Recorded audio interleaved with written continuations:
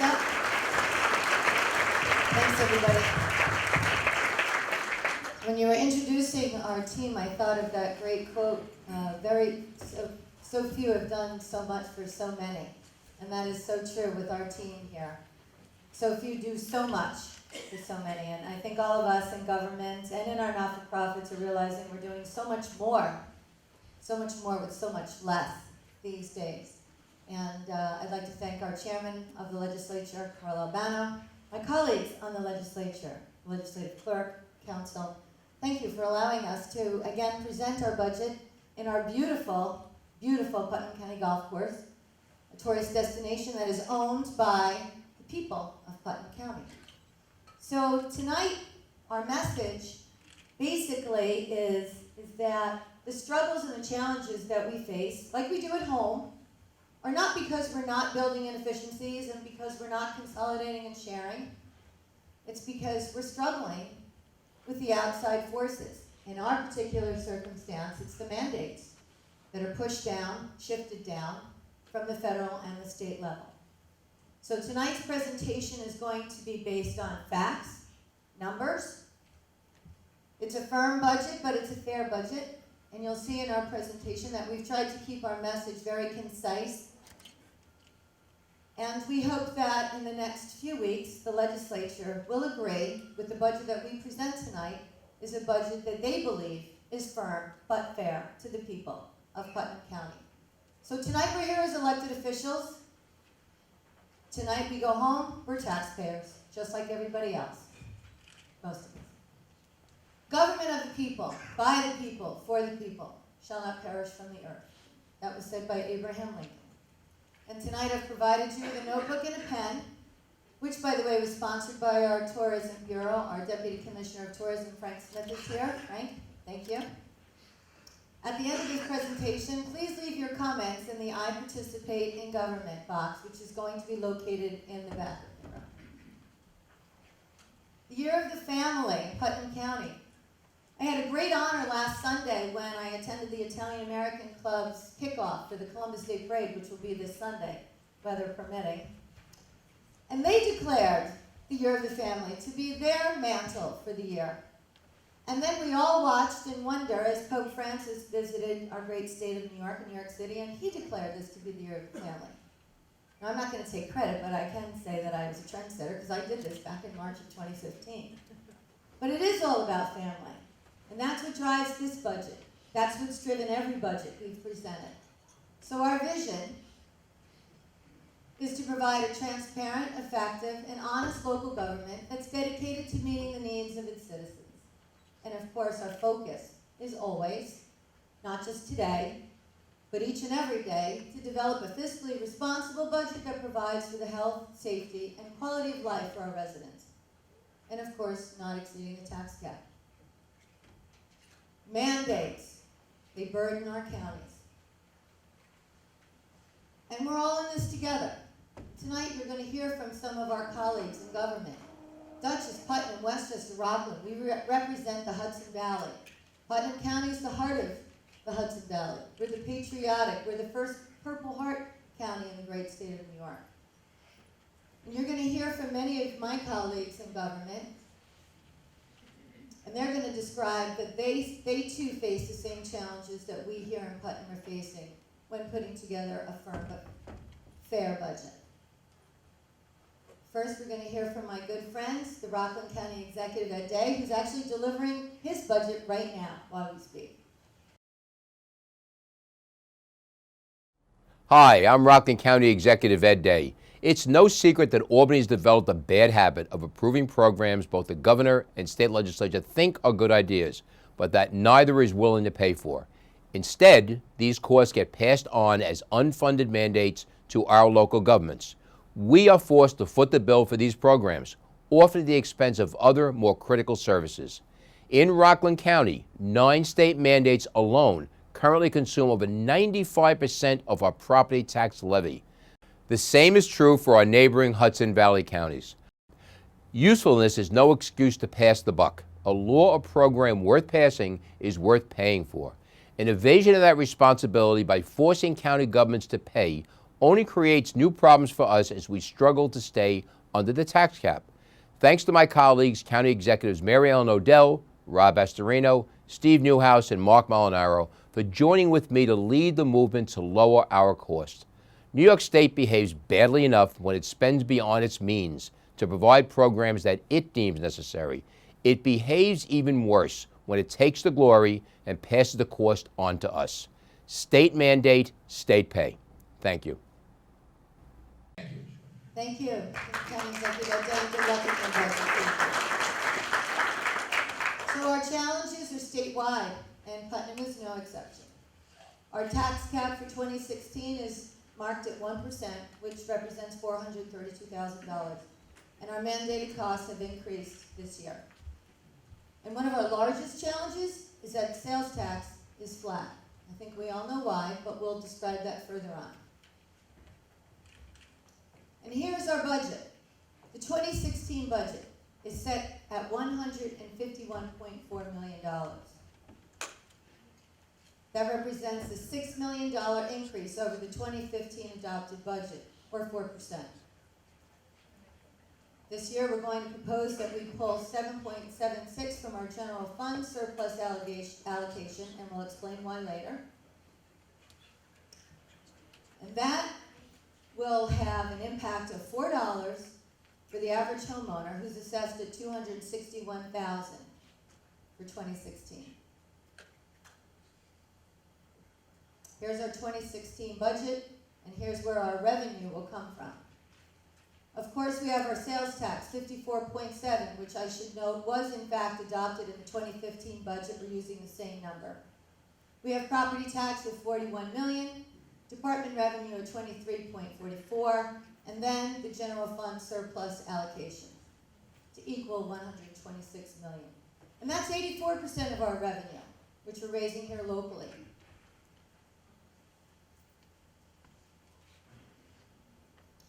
16% of our revenue is reimbursed by those mandated programs. And you can see the inequity and the unfairness in that as we try to balance our budget here. 100% of the work for 16% of the funding of our mandated programs, the 9 for 90. So the use of the general fund surplus I'm going to describe in detail. We start with $20 million in the 2014 general fund. We're taking 4.1 for operating expenses, which is the same that we took in the 2015 adopted budget, 2.8, and we're adding 1.3 million to offset the 3.5 million that was added by the mandates for New York State.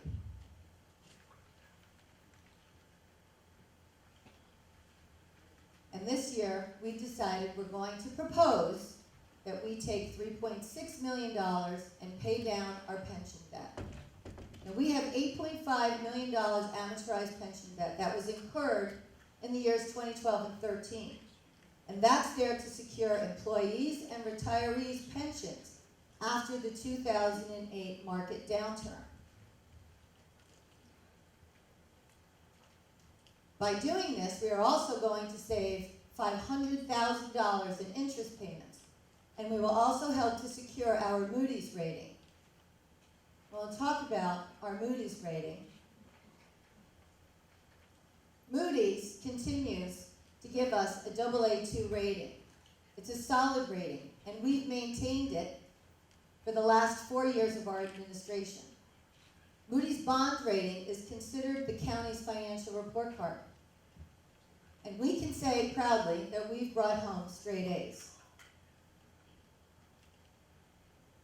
And an FYI, in New York State, county pension contributions increased from the year 2000 from $47 million to over $1 billion in this year, 2015. We're making the employees and retirees' pension systems whole, but the average taxpayer's pension system has not been made whole by their employers or the taxpayers. So a little further, drilling down to pension amortization. We had a $4 million balance in 2012. In 2013, we were handed another bill for $4.5 million, totaling $8.5 million. We made a principal payment of $352,000, which lowered our balance to $8.15 million. And then we hit it again last year for $1.5 million, getting our balance down to $6.6. This year, what we're proposing is to accelerate the payment, taking $3.7 million from the fund balance to get our balance down to $2.9 million. And we will propose in next year's budget that we pay off the pension debt, we drop it down 2.9, we accelerate the payment, and get this monkey off our back. And why will we do that? We'll do it for the same reason we all prepay our mortgages. Why we convert oftentimes a 30-year to a 20-year mortgage or a 20 to a 10-year mortgage. Because it saves interest. By doing this, the numbers here for us will show a savings of $773,000.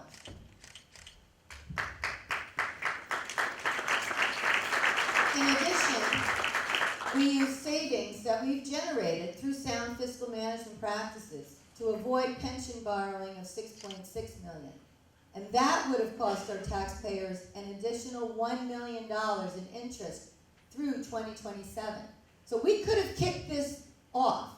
We could kick this can down the road. We could continue to reborrow if we chose to. But I believe our administration, and I believe my colleagues will agree, that the sins of the father should not extend to the children.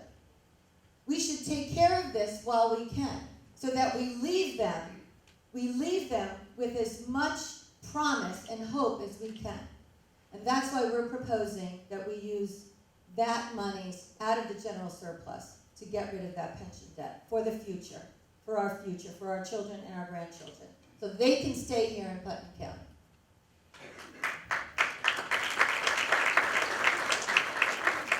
Now, what programs do our 2016 budget support? These programs are our quality of life programs. Of course, we'll start with our Sheriff's Department. We have a 24/7 emergency response team. We have school resource officers. We have special police officers. They support and partner with our local school districts. Did anyone see today what happened in Oregon? Is there any reason that we don't fund SROs and SPOs? Absolutely not. Legislator Gross knows that, as well as Chairman of Protective Services. We have the Bureau of Criminal Investigation. We have Road and Marine Patrol. That's partnering with our towns, by the way. And we have narcotics enforcement. Of course we do. We're on the war against the addiction of heroin, the epidemic of drug abuse. And we have an emergency response team. We live 50 miles outside the shadow of the World Trade Towers.